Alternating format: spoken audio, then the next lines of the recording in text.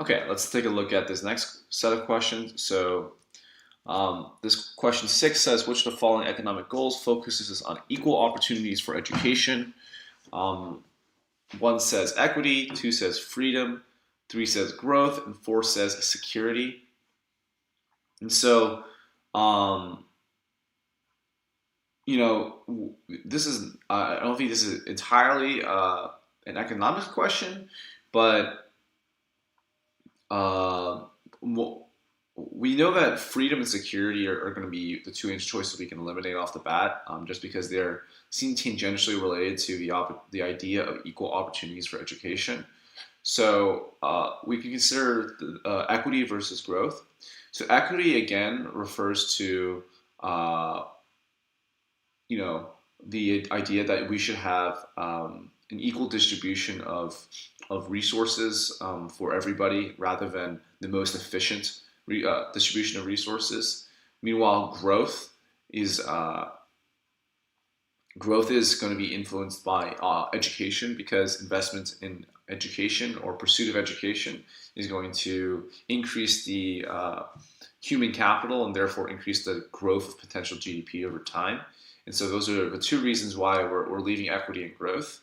I think there's an argument to be made both ways. I would personally lean uh, more towards the equity answer choice, just because there is a specific phrasing in the question that says focuses on equal opportunities for education rather than saying focusing on opportunities for education. I think that would, if it were just opportunities for education, then that would be more of a growth oriented answer. The fact that it clarifies equal opportunities would seem to be more of an equity based answer. And so that's the reason I would go with equity. And so we can take a look what the previous tutor said for question 6. Question 6, the previous tutor said growth.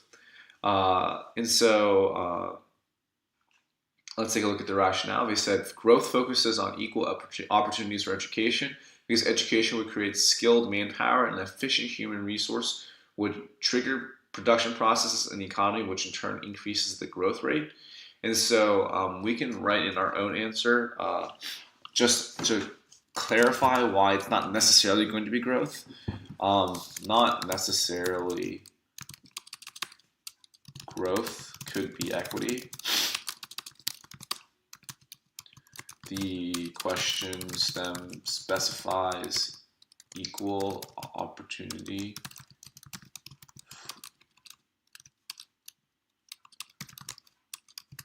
is it equal opportunity equal opportunities for education,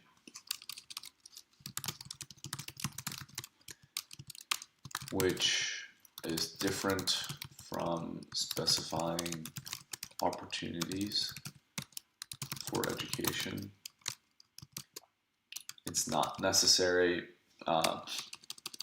Providing equity of opportunity would fall more so under the category of equity than growth. However, the previous tutor's link between growth and human capital is correct. All right, let's take a look at the next question. Question 7. Marcel takes out student loans and works part-time to put himself through college. In time, he earns an advanced medical degree and goes to work in an understaffed city hospital. Marcel's economic decisions benefit the goal of efficiency by 1. Making his own job, 2. Related decisions, 3. Paying back loans to reduce debt, 4. Contributing to the nation's productivity, or 5. Taking advantage of equal opportunities. And so, again, we're talking about the goal of efficiency. And the goal of efficiency is just to maximize kind of societal benefit in terms of economic decision making. And so we're not going to be talking about personal, like individual-based benefits. We're talking about society-based benefits. So making his own job, the work in the understaffed city hospital, that job already existed. So it's not that Marcel created his own job, more that he fulfilled a job in need. So it's not going to be that. Related decisions, I'm not sure what that refers to, so we're going to not go with that. 3 says paying back loans to reduce debt. Again, that's an individual decision, and then not one that would affect society overall. 4 says contributing to the nation's productivity, and so yeah, I would say that this is going to be the only answer choice here that really links back to this idea of efficiency, because Marcel is able to advance his own human capital, and by that effect, add or contribute more to the overall economy and overall society. So that seems to be a favorite for our answer choice. And then the last one, answer choice, says taking advantage of equal opportunities. And so again, that's more so the idea of equity rather than efficiency. So we're still going to stick with contributing to the nation's productivity as our answer choice. Let's take a look at the previous tutor's answer. So for 7, they said, in this question, the goal of efficiency is surely benefited by contributing to the nation's productivity. No other option is directly related to efficiency. So yeah, I agree with that. And so we can say that's the correct answer here. Let's go to the next question. Excuse me. The next question is question 8. They say 2 countries produce milk and dairy products efficiently.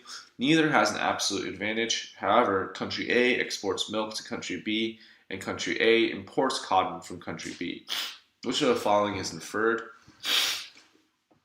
So the first answer choice says the opportunity cost of producing milk is lower for country A.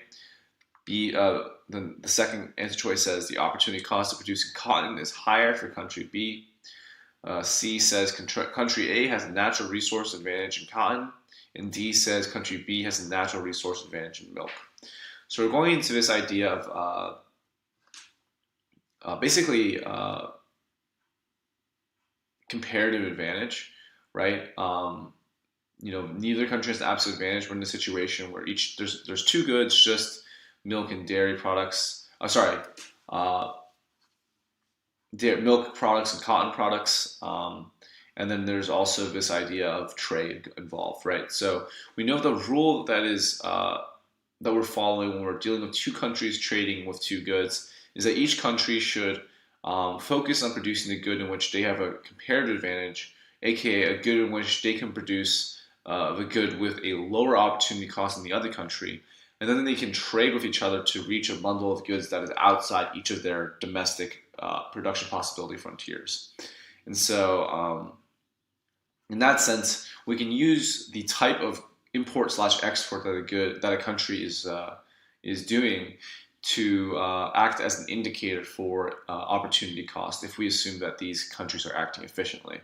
And so if country A exports milk to country B, that means it is making an excess amount of milk and then trading that excess amount to country B in order to receive cotton, right? And so that means that if country A is focusing on the production of milk so that it can export that to country B, that means that country A must have a lower opportunity cost of producing milk compared to country B. Meanwhile, if country A imports cotton from country B, that means country B must be focusing on the production of cotton, and that's why country B's opportunity cost of producing cotton must be lower than country A for them to be doing that kind of focused production. And so looking at the answer choices, we're picking between A and B, right? C and D, talking about a natural resource advantage, has nothing to do with this idea of comparative advantage, right? And so natural resource advantage might imply an absolute advantage over the other country, but we're interested in the opportunity cost of production.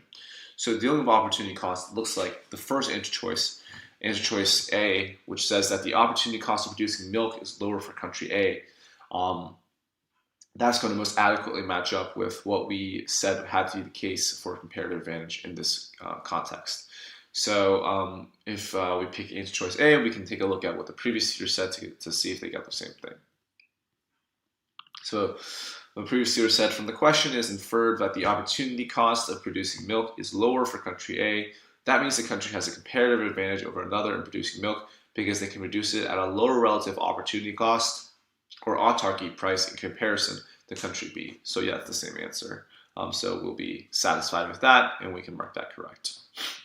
Question 9. Yeah, I don't believe question 9 has actually this chart that they're talking about, so we can skip that.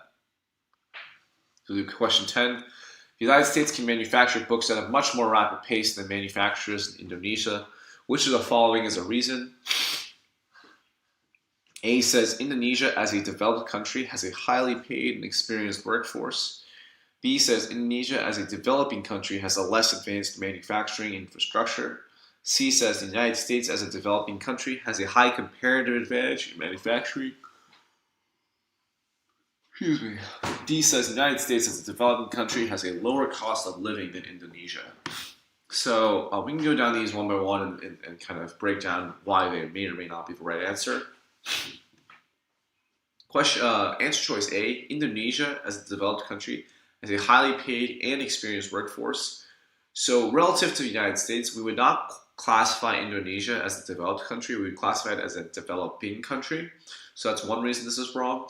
And second, we know that in relative to the United States, Indonesian workers will be less paid, less highly paid, and less experienced in terms of education compared to those in the United States. And so that difference is also going to kind of eliminate this answer choice from consideration. B says Indonesia as a developing country has a less advanced manufacturing infrastructure. And this is going to be true, right? Indonesia is a developing country, and it does, compared to the United States, have less advanced manufacturing. We have more advanced technology, more advanced capital, probably more factories capable of manufacturing books. And so that's going to be something that prevents Indonesia from competing with the United States as well in terms of rapid manufacturing of books. C says, we're going to go over other answer choices just to make sure we're not tripped up by any of these. C says the United States as a developing country has a high comparative advantage in manufacturing. So the first thing that's wrong with this is that the United States isn't a developing country, it's a developed country, definitely. And second is that, again, the ability to manufacture a good at a more rapid pace than another country is not a function of comparative advantage. It's a function of absolute advantage, right? The United States definitely has an absolute advantage in this production compared to Indonesia. But whether or not it has a comparative advantage is up for debate, right? Because the United States might have a more advanced manufacturing infrastructure, but it also means it is more capable of producing other goods besides books. So the United States might actually give up more by producing books because it can't be using the same technology or same infrastructure to produce other things like, I don't know, cars or something like that. Meanwhile, Indonesia, despite the fact that it might have a less advanced manufacturing infrastructure, is going to have less trade-offs in terms of focusing on the production of books. And so it's possible that at the end of the day, it would be more in the interest of both countries for Indonesia to focus on book manufacturing and the United States to focus on a different goods manufacturing because of comparative advantage, right? So we can see that that's not going to necessarily be a reason we would choose that as a right answer. And then D says the United States as a developed country has a lower cost of living than Indonesia. And while the United States is a developed country, that normally means there's going to be a higher cost of living in that country compared to other countries. So it's not going to be D. So number two, Indonesia as a developing country has a less advanced manufacturing infrastructure. That's going to be what we would favor as the right answer. So let's take a look at what the previous tutor said. The previous tutor said that the reason could be that Indonesia as a developing country has a less advanced manufacturing infrastructure. Other reasons could be clearly stress on comparative advantage of the country. So I'll write a real quick addendum to question 10 for why I don't believe comparative advantage is necessarily the case. Comparative advantage refers to an ability to produce a good with a lower opportunity cost.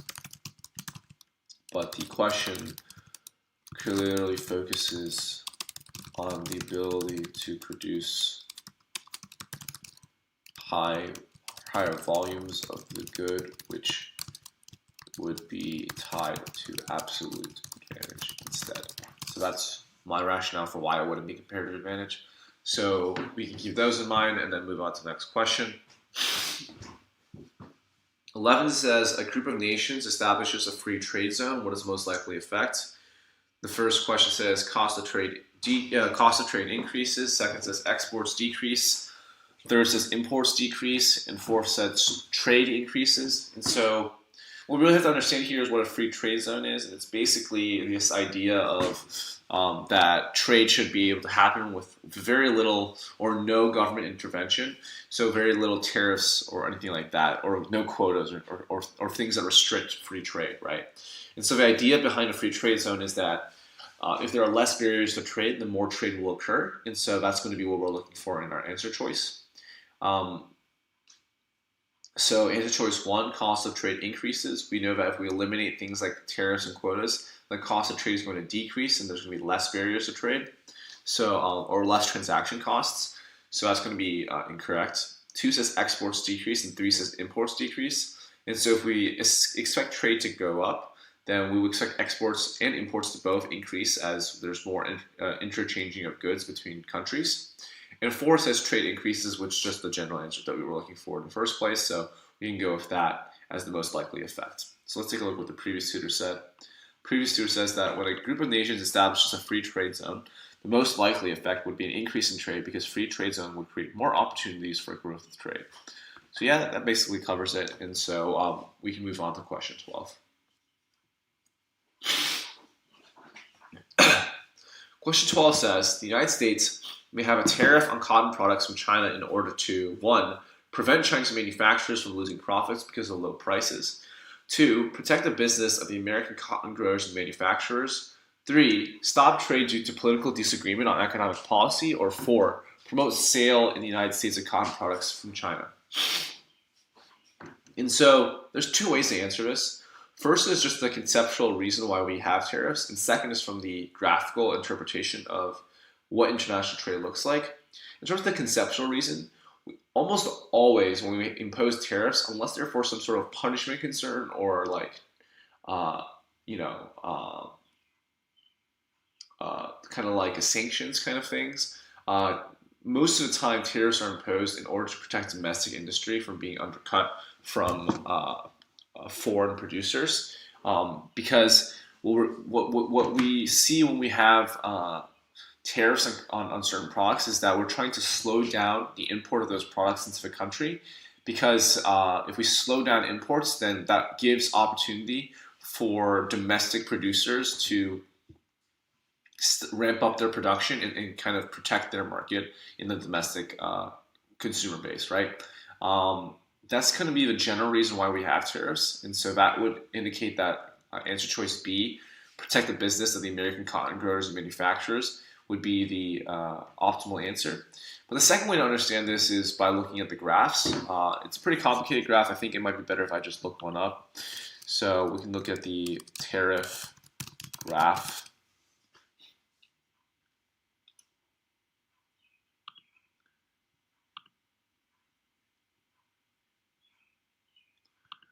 So we'll take a look at this one.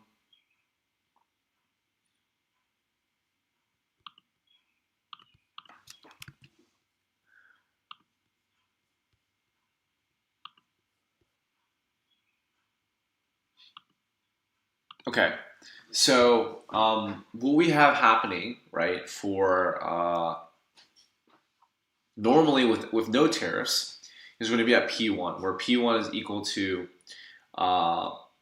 supply of the EU. So in this scenario right here, we're dealing with this UK, United Kingdom versus the European Union scenario, right? United Kingdom is going to be your domestic economy, and European Union is going to be your world economy. And so that's the economy in which you would be importing from or exporting to. So in a global market, right, with international trade, we're not going to see an equilibrium at this intersection of supply and demand. And the reason we don't see the equilibrium is because the price that we deal with is not just isolated to the domestic economy. It is set by the supply and demand in the world overall. And so if the European Union is the world and their price is P1, that's the price that the United Kingdom has to face domestically as well. And so with no other intervention. And so at P1, we see that there's going to be a drastic shortage, right? We have Q1 is where P1 intersects supply of the United Kingdom, and that's where the domestic supply goes to. And then Q4 is where we see the price intersects the demand curve, which is where domestic demand goes to. At that price, that's how much domestic demand is. And so we had the shortage between Q4 minus Q1, where domestic producers are only producing Q1, but domestic consumers want Q4 amount of this good. And so the reason this is going to be okay as an equilibrium point in this market is because we have the ability to import. And so the United Kingdom can import the difference between Q4 and Q1 from other countries who might have a price above their own equilibrium point. And so if you're importing, you can make up this difference between Q1 and Q4, where Q1 is still being produced domestically and then the rest is imported from other countries. And so the problem with this is that, yes, you're benefiting all the consumers, but there are certain domestic producers who are hurt from this, because without any international trade, they would be producing at this intersection point between Q2 and Q3, but with domestic trade, they're only able to produce at Q1, so they have much smaller producer surplus. And so what tariffs can do is kind of help bridge that gap and allow domestic producers to produce a little bit more than they are without tariffs. And so a tariff is effectively raising the price that it costs to import. And so we see that P1 increases to P2. And then we see that at this higher price, the quantity supplied domestically goes up from Q1 to Q2. And area 1 is the increase in producer surplus, so where domestic domestic producers are benefiting.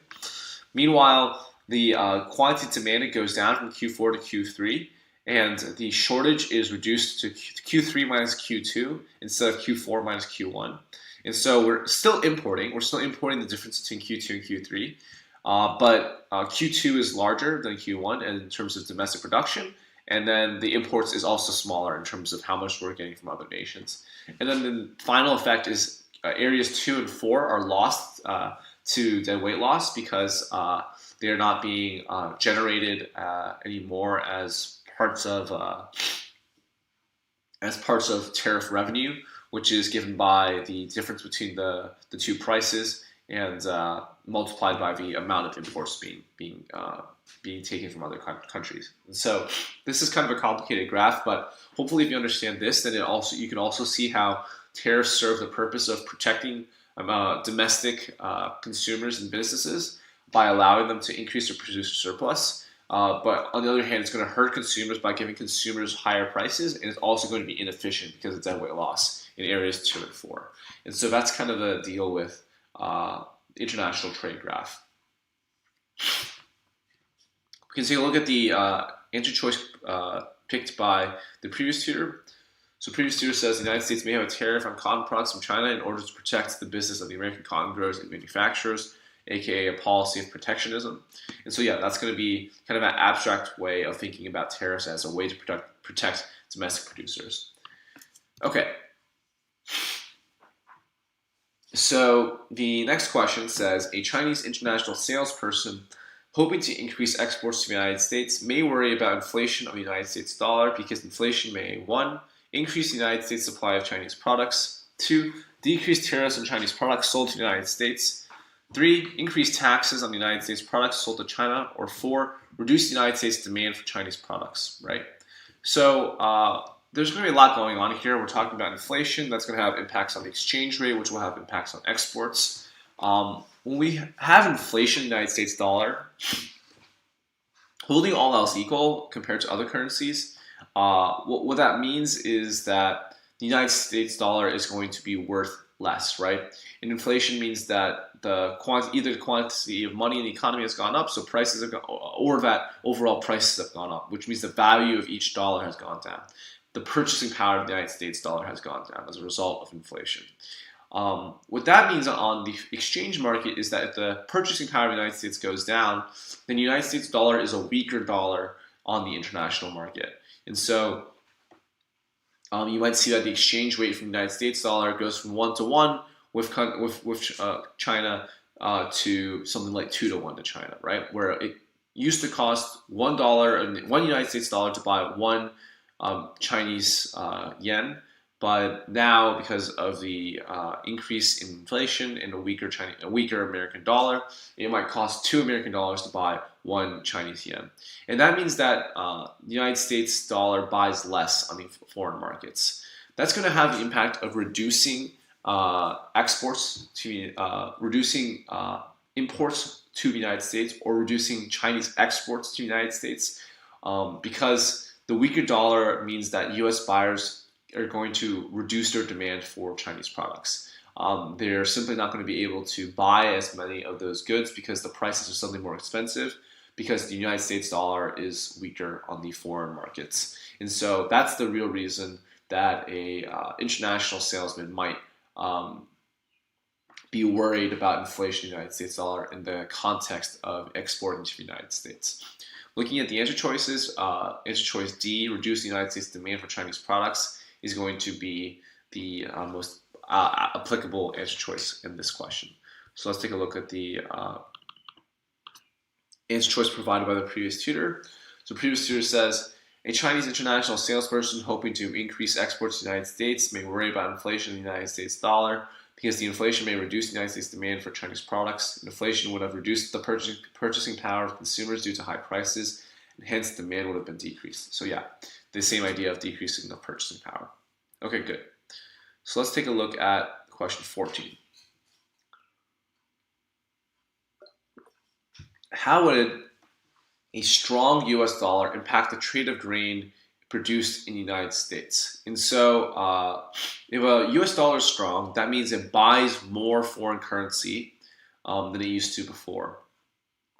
And so what we expect to happen is, if there's a strong US dollar, then we would expect one of two things. Either we would see the answer choice says that exports increase because US buyers are able to afford more of foreign countries' currencies, and therefore purchase more on the foreign markets. And sorry, it would be not exports increase, imports increase, right? Because you would be able to have domestic buyers buy more foreign goods, and that would be an increase in imports. Or we could see a decrease in exports, in which the strong US dollar means that foreign currencies are going to buy less of the US dollar. So foreign buyers, just in the same relationship that we're talking about in question 13, are not going to be able to afford as many units of US priced goods as they were before, because they're simply disfavored as the exchange rate when the United States dollar is strong. And so one of those two things, and so we can see that we don't have an answer choice which says that imports are increasing, but we do have an answer choice saying that US grain exports are decreasing, and so we're going to go with that as the right answer in this question. And so it looks like the previous group said the United States grain exports are increasing due to the strong US dollar, and that's not going to be the right answer, so we can give a rationale for why that's not correct.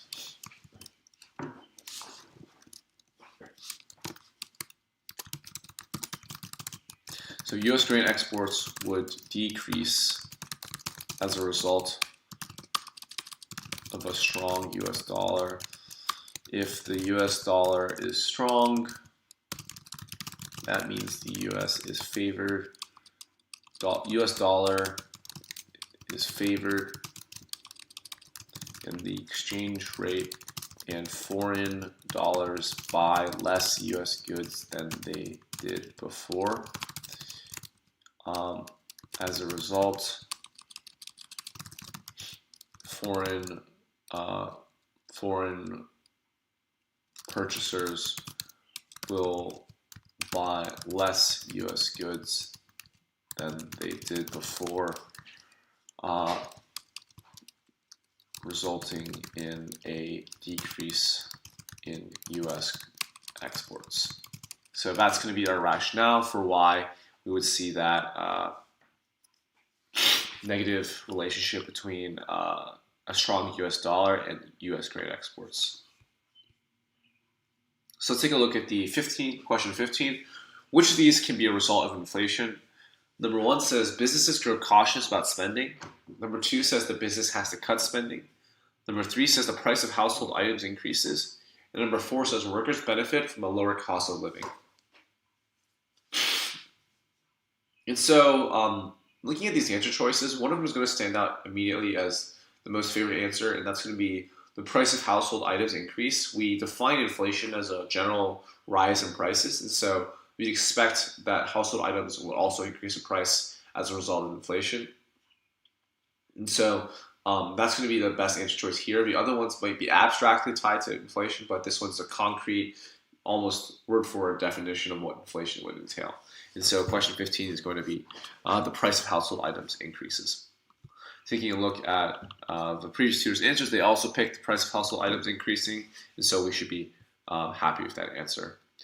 The question 16 says, if inflation rate increases faster than their income, people will most likely, 1, use a higher proportion of their income on basic needs, 2, spend a lower proportion of their income on basic needs, 3, get more goods and services for less money, or 4, obtain less goods and services for less money.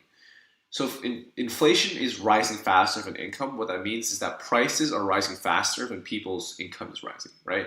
And so what's going to happen in that scenario? We can go down the line and see if any of these answer choices are correct. Answer choice 1 says people will most likely use a higher proportion of their income on basic needs. And this is going to be true, right? People, if there's high inflation, people might reduce their spending, but they're not going to be able to reduce their spending on basic needs because those are, by definition, necessary purchases. And so if the inflation rate is rising faster than income, and you still have to buy all the basic needs that are necessary purchases, then that means you're going to use a higher proportion of your income on those basic needs, right? Because you simply are spending more money than you are earning, then you're proportionally earning more. And so that's going to be one of the impacts. So that seems like a good answer choice for now. B says spend a lower proportion of your income on basic needs. And so if inflation rate were increasing at a slower rate than income were increasing, then this would be true. But because it's not, then we're not going to choose answer choice B. Answer choice C says get more goods and services for less money. And so we know that no matter what, regardless of income, if inflation is increasing, you're not going to be able to get more goods and services for less money because prices are going to be higher across the board. Therefore, you would have to get the same amount of goods and services for more money. That would be the more adequate way to phrase a correct answer. So C is going to be wrong. And then finally D, obtain less goods and services for less money. And so again, this may or may not be true depending on the degree of inflation, but we would say that inflation would be more defined that you would obtain less goods and services for the same amount of money if inflation occurs and prices are higher. And so we don't know if number 4 is necessarily correct. And so we're going to stick with answer choice A. If the inflation rate increases faster than their income, people will most likely use a higher proportion of their income on basic needs. And we can check with that previous tutor's answers as well. So the previous tutor said if the inflation rate increases faster than income, people will most likely use a higher proportion of their income on basic needs. Naturally, fulfillment of basic needs comes first in terms of priorities of the consumer. So yeah, that's going to be the correct answer there. So we're good with that. Okay, let's look at question 17. Question 17 says, to increase your standard of living, your wage must 1, rise faster than the inflation rate, 2, rise more slowly than the inflation rate, 3, keep up with the inflation rate, or 4, have a negative inflation rate. So again, if we refer to standard of living as having a greater ratio of disposable income to prices, then yeah, your wages must rise faster than the inflation rate. That's going to be the correct answer. And again, that's because if you want to increase your standard of living, you want to be able to buy more things, then you must be earning more money than the rate at which prices are rising. If you earn more money but prices rise even faster, then effectively your purchasing power has decreased and your standard of living has fallen.